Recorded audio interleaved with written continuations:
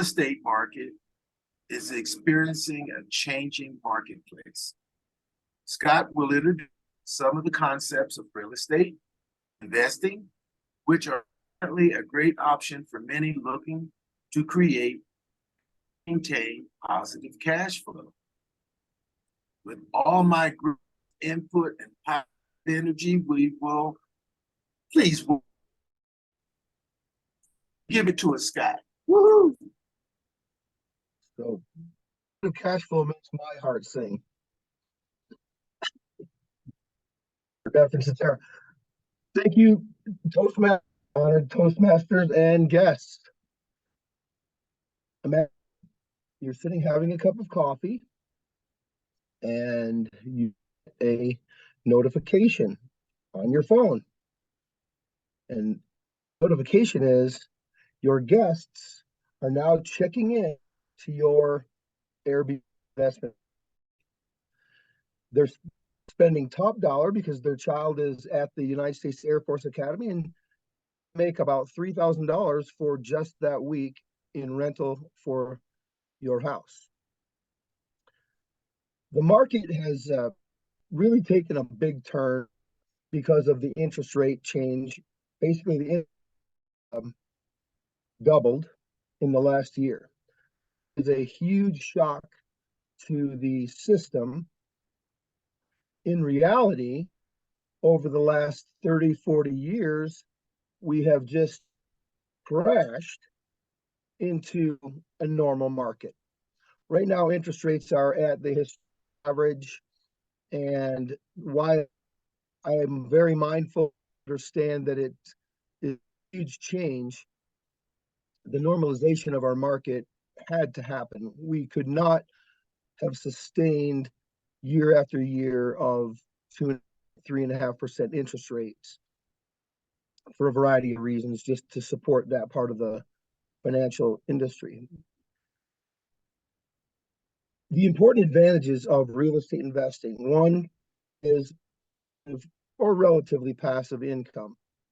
When you have, well, I'm going to talk about rental property, and there are two main kinds. One is normal year-long leases, rental investment, and the other is short-term investing, or the VRBO or Airbnb models. I'll talk about house flipping, and then I'll just touch on other real estate investment trusts, crowdfunding, which is something also involved in, and a very complicated, I won't really get into it, but there's tax lien investing is a complicated thing. Primarily, when you're looking for a house to rent, you'll want to have a good business plan for that house anyway. If you're going to long-term rental, you're going to have a very easily identifiable amount of money coming in every month, and it should be more than the payment on the house, and thus you'll generate positive cash flow. The short term, you'll get set up with VRBO, you'll get set up with Airbnb, you'll advertise your house online, and then people book your house all online. There are some maintenance items in short-term renting where the cleaning and marketing are handled either by yourself, or you can get a company to manage those short terms. I have a great client that manages about 100 properties and owns about 12. An interesting thing about I play poker with a girl who owns about 12, and what she does is she'll live in a house in Spain for a month, renting the other 11. She'll live in Ecuador for a month and rent the other 11. She has a great positive cash flow and an interesting lifestyle where she can move around and just live where she wants to in one of her properties and rent the rest. Very exciting, fun way to live life. And she has a great time doing it. One of the thing is now you're creating a positive cash flow, and the property, depending upon where your strategy puts you to buy it, will grow in equity, and your overall wealth, your portfolio will will gain also. This is obviously hypothetical, and I'll post all kinds of disclaimers and so forth afterwards. But that's the idea, and really people can make that work successfully, and many do. That's going to be part of my retirement portfolio, is to own homes and then and rent those out. There's flexible living with that type of thing. Now you're also have the opportunity of creating generational wealth. You can be making money on this property or multiple properties, and it's gaining and gaining and gaining in value. And then when you pass that on to your heirs, you're passing on some great equity to your heirs. House flipping. House flipping is more of just a cash play where you strategically find a house that's beat up. You'll have a group of contractors available to you to effect quick and economical changes to a house. Do it as fast as you can, and then you put it back on the market, sell it, and then you get money. You get money within 3 to 6 months. You've bought a property, flipped it, and depending upon how well you've positioned yourself, make 10 to 20 to 30 to sometimes $100,000 just flipping a house. That is a complicated process. That's a little bit of a risky process. As some people found out, my brother is in fact a house flipper, and his last 3 properties he has lost money on. Just because when you buy the house, it's hard to predict that the interest rates are going to double as fast as they did. But house flipping is a way to generate an immediate cash flow. And I won't really have time. Oops, I'm running out of time. The real estate investment trust is a complicated legal process of gaining property with a group and investing in an almost like a mutual fund for homes. Crowdfunding, I have for instance, a property down in Rocky Ford where I'm putting a group of investors together to buy a motel and car wash. And then we're planning on, as a group, building that up and then managing that as an income property. And tax lien investing, I really won't get into much on that. That is a very complicated style of helping people get out of their house. Real estate investing offers some great opportunities to serve people who are traveling, to serve people who need to find a home, and then to serve you and your portfolio to gain both wealth and positive cash flow. It's a wonderful opportunity, and I just need to know the one important element would be to find a good real estate agent. I think I know where you can find one. Thank you very much.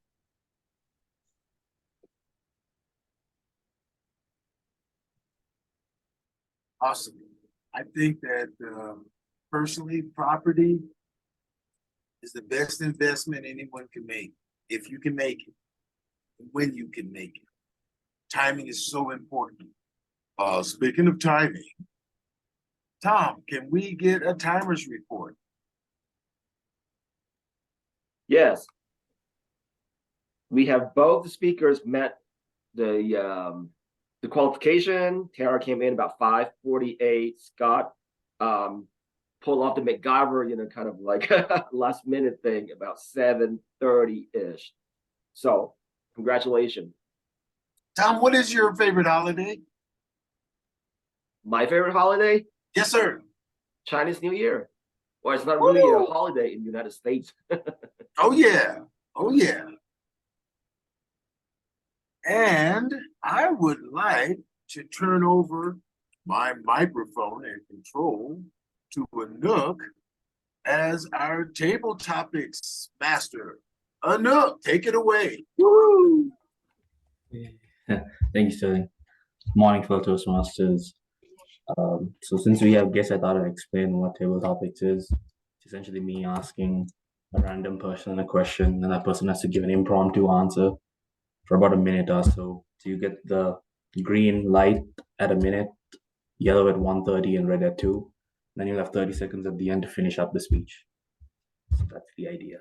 So I have only one question today. I thought I'd make it pretty easy. So the question is, if you could create your own national holiday, what would it be and why? and I'm gonna ask Bruce that question. My own national holiday. Wow. I don't know if I'd want to generate just one day for a national holiday. I'd have to have a longer period of time because I want to do more than just one celebration.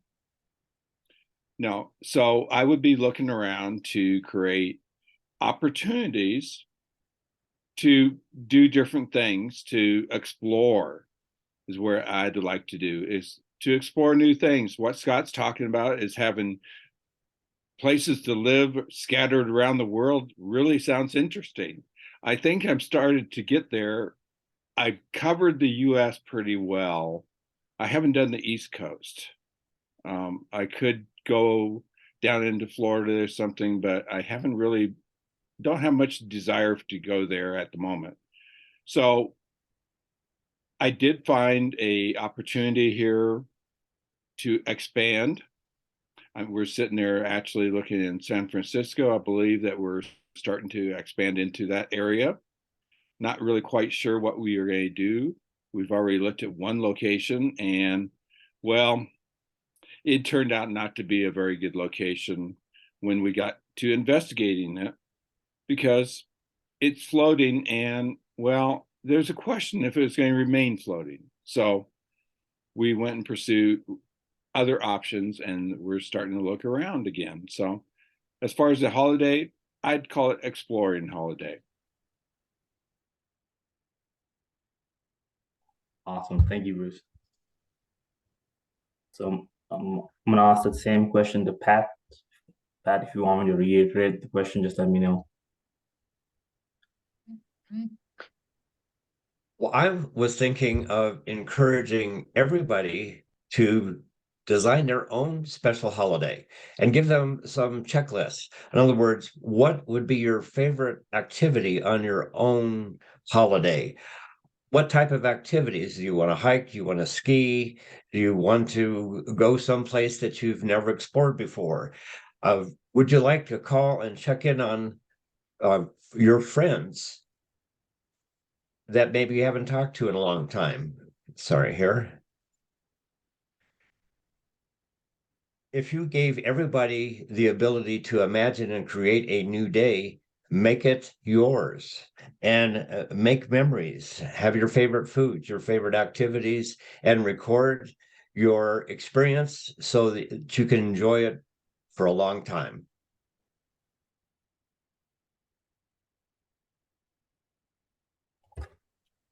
Awesome. Thank you, Pat. And then I'm also gonna ask that question to Shauna. That's okay with you. Good morning, everybody. Well, my favorite holiday, I happen to be wearing green, is St. Patrick's Day. And I have no idea why. I guess I like green beer. So that's not my speech. Anyway, if I got to choose a holiday and make it my own, I would call it like the happiness holiday or the joy holiday. So I started my podcast like a year and a half ago, and it's called Waves of Joy. And what I discovered with this podcast is if we have a day, I think every day should be like this, but if we have a day where we can go to the beach, right? We all like the beach, watch the waves come in and out, right? As the waves go out, they get pulled down, right? You never know where they're going to come back up. It's like life. Life pulls you out to the deep end, brings you down deep. You feel like you're drowning, but inevitably you come to the surface and you come to the shore again. It's just often where places you least expect it, right?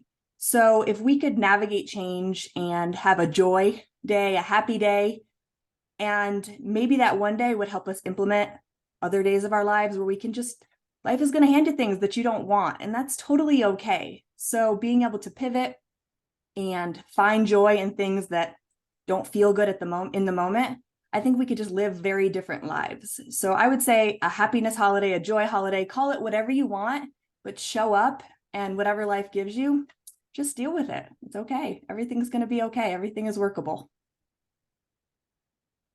Thank you. Awesome. Thank you, Shauna. Do I have time for one more, or should I wrap it up?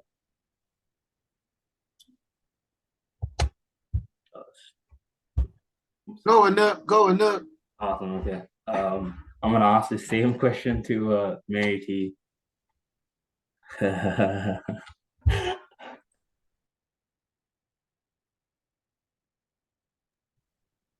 it. How did you know, Anook, that I like to talk? All right. Yes, well, I'm just gonna carry on with what Shauna said. Actually, every single day, let's make it every single day. That is a holiday. And this reminds me of The Trolls, one of my favorite movies. Holiday, celebrate. Yes, I just encourage you to do what it takes to find that little bit of joy each moment that you possibly can. I did this on the way to my Toastmasters meeting today. And guess what I listened to? Some of you may be way too young to even know this musical artist. His name is, well, it was, he's no longer living, is John Denver. And one of my favorite songs from John Denver is I think it's for Bobby. It was for John Denver's little boy. And it's such a beautiful song. John Denver just had eloquence in the way he spoke, and he touches my heart. So I encourage you to find things that touch your heart to make every day a holiday. Back to you, Anook. Yeah, awesome. Thank you, AT. Then I want to ask that same question to Jamie as well. That's okay. All right. So if there was a day that we could make a holiday, I would make it National Zebra Day. And here's why. Zebras have stripes. They blend in, but not only that, they stand out because they're unusual. Their stripes put them apart from horses, Mary T. And also, it gives them a little bit of pizzazz. So, National Zebra Day is not just about zebras, it's about finding your pizzazz, finding the things that are different and unique about you personally, and finding the way that you can help support people in being part of a community and blending in. So, really, National Zebra Day is kind of all about wrapping that up and really pushing out a great cause for a day, finding your uniqueness, finding your pizzazz, finding your own stripes, and really becoming something different than just a horse. I have Mary T sitting right next to me. So, National Zebra Day. Thanks, Anook. Back to you. Awesome. Thank you, Jamie. I'm gonna wrap it up. Could I get a timers report, please? Yes, we do have a lot of table topic speaker today. But Jamie, Mary T, Shauna, Bruce, Pat, with the exception of Pat, all the other four contestants or the speaker met or qualified. You know what? I changed my mind. You know, I'm gonna be actually a little bit late on my timers as well on Pat. So all speakers met qualification on that. I apologize. Thank you, All Tom. right, Before we great launch, job. before we launch the poll for table topics, could we launch the poll for speakers? Yes, please launch the poll for the speakers. Thank you, Anook.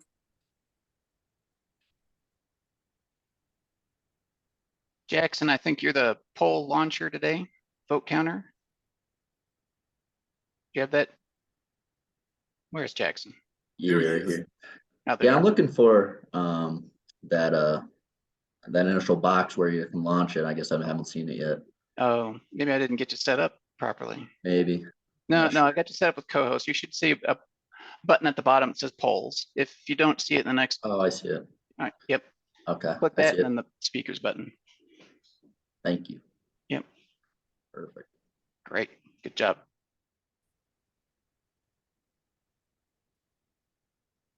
So that is the table topics poll has been launched. And Jackson, if you don't mind, go ahead and give us the speakers poll.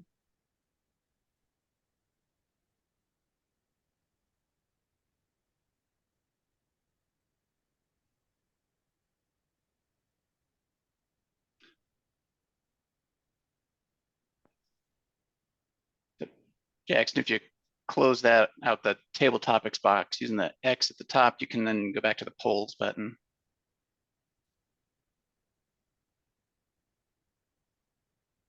There we go. All Good right, job. thank you, Jackson. And I do want to mention, since we had a couple of people talking about they wish that they could have make a holiday, you can.